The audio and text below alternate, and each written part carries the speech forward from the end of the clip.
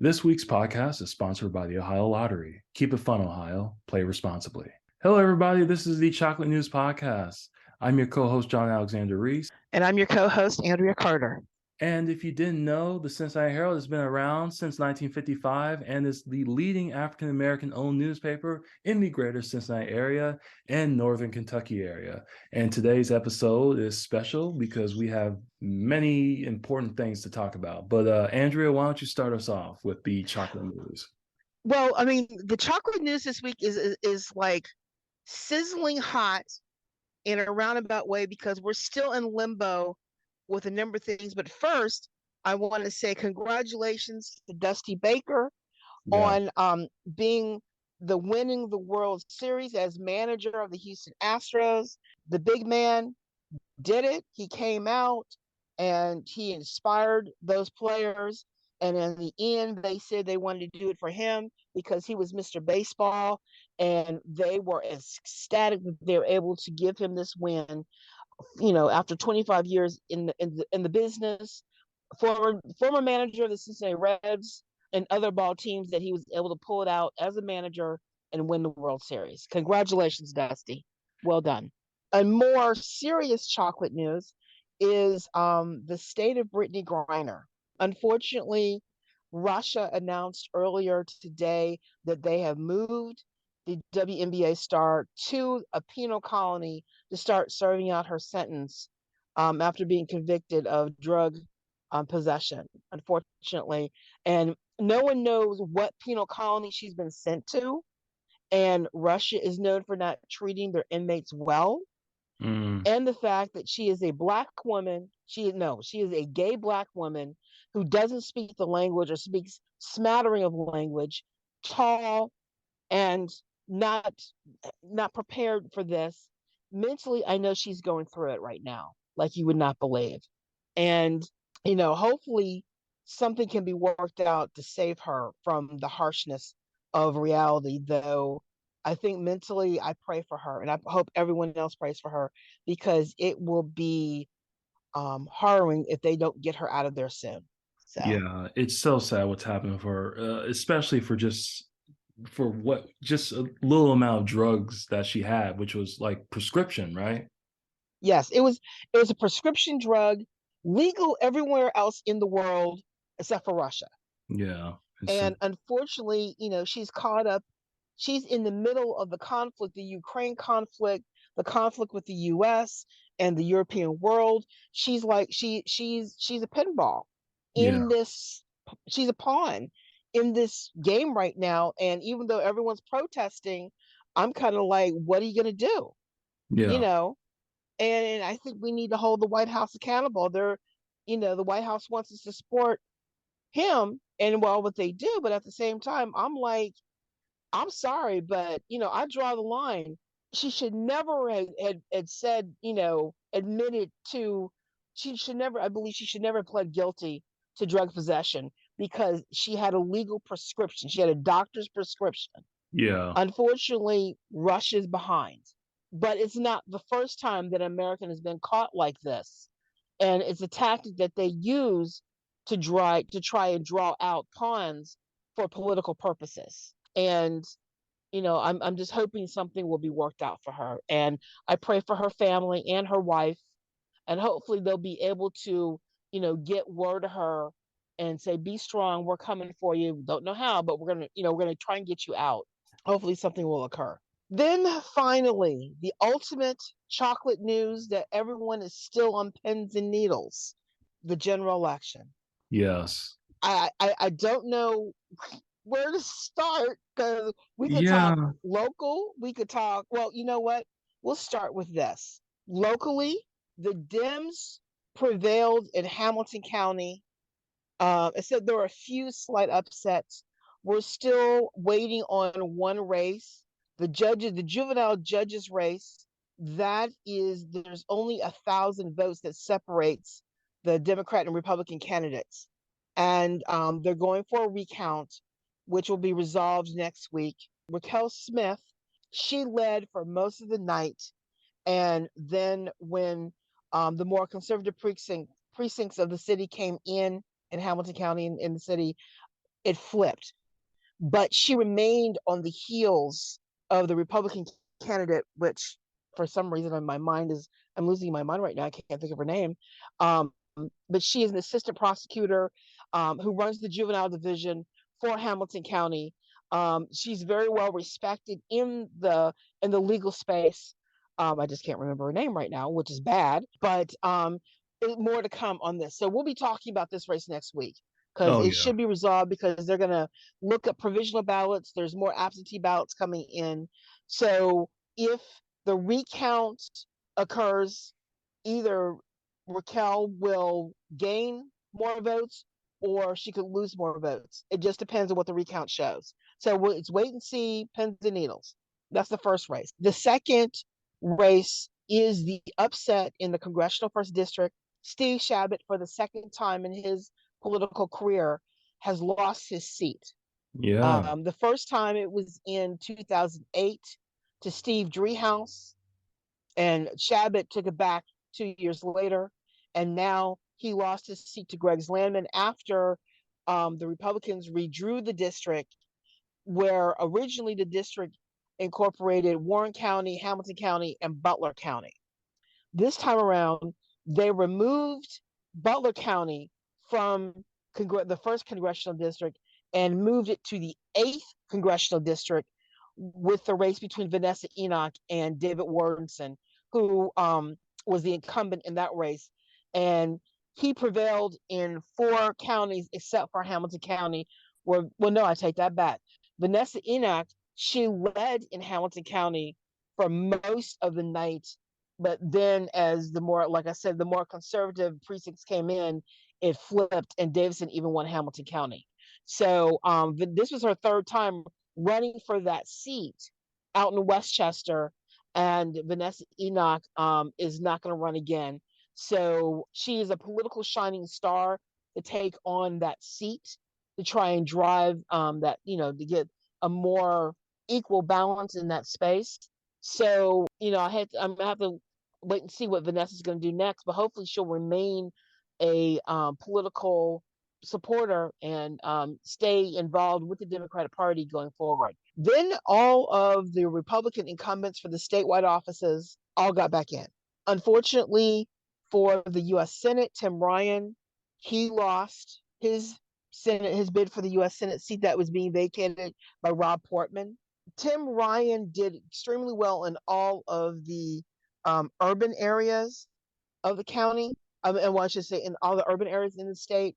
But unfortunately, JD Vance was strong in all of the rural areas and suburban areas of Ohio.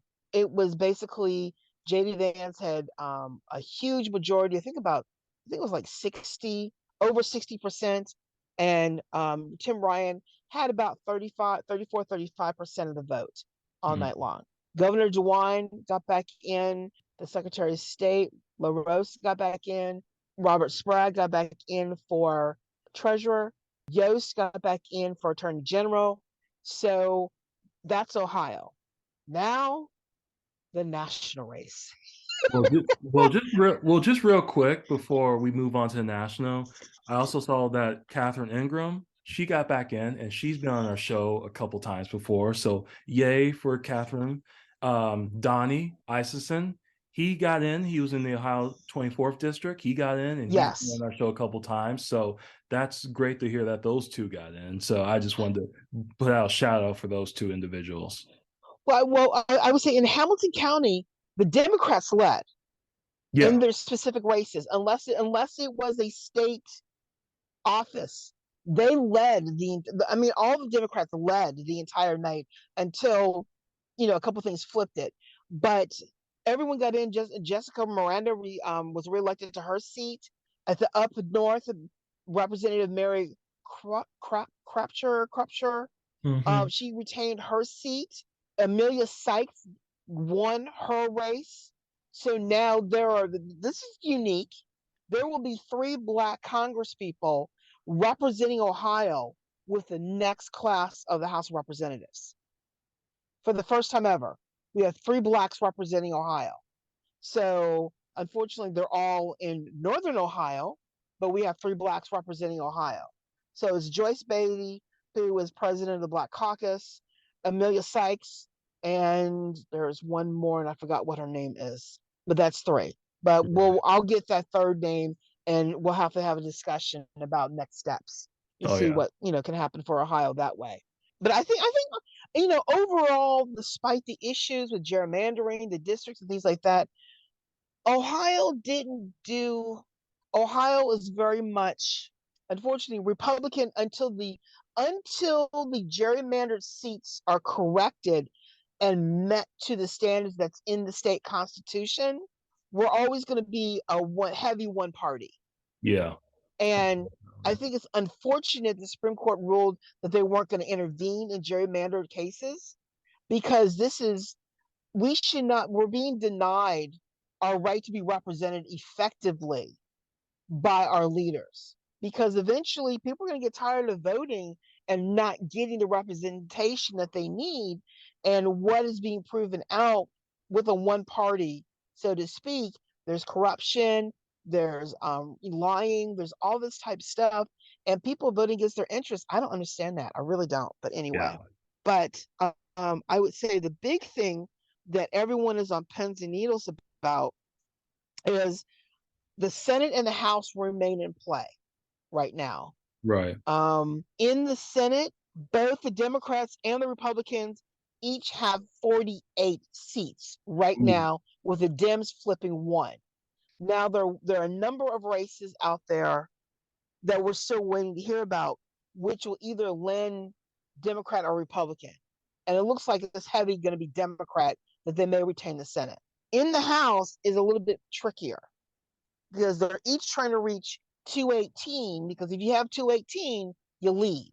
Right now, the Republicans have 207 seats, and the House has 183.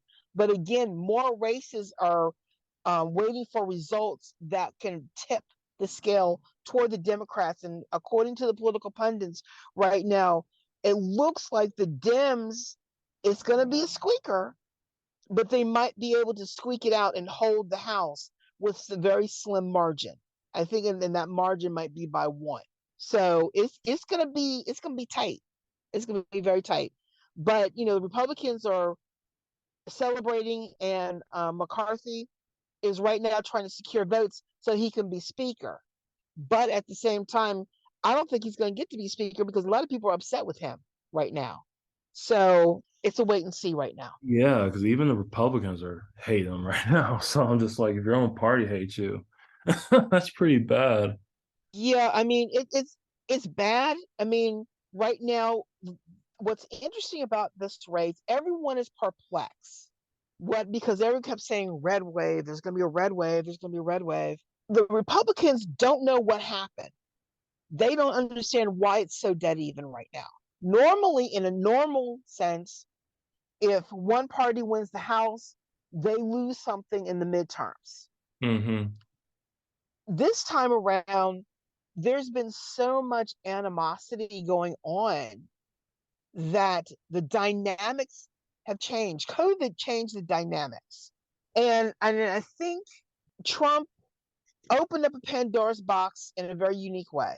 But I think the impact of Trump is that we have a more engaged citizenry of the United States. That's the reason why we're seeing this even divide. We're tipping one way or the other because people are fed up. They they're tired of the rhetoric, but also they want governing. They don't want animosity. They don't want no, no, no, no, no. They're tired of that. They want governance. And basically, and I think the Republicans need to take a step back and look at what the people are telling them right now. The candidates backed by Trump did not do very well. There's a few that got back in or won a couple of races, like JD Vance, Right. even though surprisingly JD Vance snubbed Trump in his acceptance speech. Really? Yes, he did not mention him once. Okay. So, that sort of, goes to Well, show well, you what well, type of didn't guy he didn't is. didn't Trump endorse JD Vance at the Yes. rally? Oh, Yes, Trump even called him an ass kisser. And, and JD Vance didn't denounce it, but, said, yeah, I support Trump. And, this is the guy who said, I'll never be a Trump guy. So, this is what the Ohio put in office, a guy who flips. I wonder, like, if all of these Republicans, especially the ones who looked up to Trump or endorsed him or whatever, or participated in the big lie or whatever, I wonder if they're just going to turn on Trump and just basically ignore him. Like when Trump, when he runs for office again, I wonder if that's going to. Well, I think it's going to be interesting because DeSantis, who used to be a huge Trump supporter, is out trumping Trump, and Trump is mad because he's supposed to be the king, the guy. Everyone follows me, not this other guy. And DeSantis is getting more press than him, is getting all the accolades, and I think the Republican Party is going to pick DeSantis. But at the same time, who wants DeSantis? I think DeSantis is going to have an issue because if he wins the presidential primary down the road, and he meets the full country, not just his base, I think he's going to get some huge pushback You really think unless he so? gets a good combination. And then there's still Liz Cheney out there. And on top of that, another unique thing that has happened that we saw in Hamilton County, if you look at the numbers, 94,500 ballots were cast in the county race. But if you look at, or I should say, in the absentee ballot race, no, I'm sorry, early voting. And if you look at early voting, the breakdown, over 14,000 were Dems, about over 8,000 were Republican, close over 12,500 people voted independent, who I believe were Republican voters who stepped away from their party. And I think that's an issue, an underlying issue that the Republican Party is going to have to deal with because not everyone can rely on the Latino vote or the Asian vote or the Indian vote. Not everyone's going to be able to rely on all those other groups. The religious right and everything else have so impacted the right wing that I think the Republican Party has a bigger problem than they're acknowledging right now, or at least they're not acknowledging it publicly. And I have not seen what the political pundits have not addressed this yet. But they're losing membership. Hmm. They're so busy fighting to hang on and be the minority in power that in the process, they're so busy in their fight, they're losing their membership. And some Republicans struggle to get donations. Some got them, some didn't. And I think that plays to a bigger issue. The Democrats have a problem too because they're losing Hispanic voters. And you have to take a look at, especially in Florida, the Hispanic vote went more conservative, but also a number of Hispanics who were from countries, they're seeing what they're used to seeing in their own former countries, what's happening in America, and they're going to go with what's familiar. Hmm. And I think that that's an issue. And I think that's an underlying issue that everyone needs to take a step back and look at what they need to do to prepare for 2024. Look at the electric.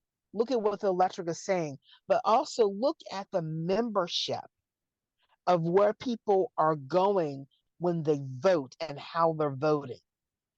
And from what me, the consultant, said, this is a new political dynamic that people don't understand.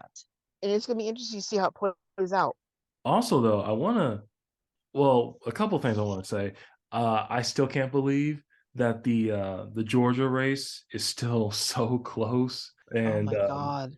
I heard that they're going to like a December 6th runoff. So I Yes. mean, it was like dead even, and I still just can't fathom that. But I'm still hoping that oh my God, who was the Democratic Warnock, Reverend Warnock yeah, it's like is the I hope he can well. prevail. I hope he prevails. But I think also it shows again what is the electorate telling the candidates. People see that Warnock is the better, whether you like either candidate or not. Who's the better candidate? Warnock. Herschel Walker is a typical jock. And I hate the stereotype athletes because I think athletes are very smart, they're very direct, they know how to play a game. But Herschel Walker was a football player. Maybe he got hit too many times in the head. I don't know. But at some point, I'm sorry, I didn't mean to insult I mean, the Herschel well, Walker my fans out thing, there. well, I mean, oh, there are fans. There are a few fans out there There are a because I few mean, fans. his remember Walker on the football field was he was a demon, but off the football field, he's a squeaker. Yeah, Unfortunately, he's a squeaker that is dead even in a U.S. Senate race. That if he wins, he will be a pawn for the U.S. for the Republican Party. And I mean, because out of everything, I have not heard him say anything about what he's done for the Black community. I've not heard him what he has done for Georgia, how involved he is in his community. He doesn't make any sense. no, it Um, does not make any sense. he I mean, what he's very quick to deny. I didn't do that. That's not true. He's so quick to deny and say anything. What can you say positive? People interview him are like, what? What? He would be the hardest person to interview because I can already say that I would have to steal my face not to show reaction in interviewing that man Yeah, because he would irritate the nerves because you want your politicians to be intelligent, to be able to comprehend and give you some substance to know that your tax dollars at work, they're representing the best of your tax dollars. right. He's not the best. No. He is a D student, to put it politely. He's not A student. Warnock is an AB student. Walker, he's a DF student from his comments. I'm sorry. Again, forgive those who love Herschel Walker. Yeah. Um, and I hate to talk bad about a black man. I Yeah. really do because we need to support Yeah. Me all our black too. men. Yeah. Me too. But I'm sorry, brother. What are you thinking? Come on. But anyway, I'm I don't know what to say. But anyway, that is a runoff for the races to watch right now are Arizona Senate, the Oh, Arizona governor, the Joint Senate, which is going to a runoff, the Nevada Senate race, the Nevada governor's race, the Wisconsin Senate race. Those are the ones to watch right now because they can help. It would go either way. 67% of the vote is in Arizona, and 77% of the vote is in Nevada. And so as those votes come in more so, we should know probably by the end of the week what's going to be resolved or where it's going to lean either way. So, right. but Um, that's where we are right now for election results. but also I just wanted to highlight just a couple of people who won also. And Wes Moore, he's the first black governor of Maryland. So congrats to him. Yes. That's I'm always a nice feeling. yes. That's a very Um, good feeling. let's see. I have pulled up Mara Healy. She is the first openly lesbian person and the first openly LGBTQA person elected Attorney General of a state. I believe she's Massachusetts. Yeah, Massachusetts. And Mm. Maxwell Frost. He is the first, I believe, because I wrote it down. Hold on. He's the first Gen Z candidate to win in Florida. Oh, He's in Florida's 10th congressional district. So congrats to him.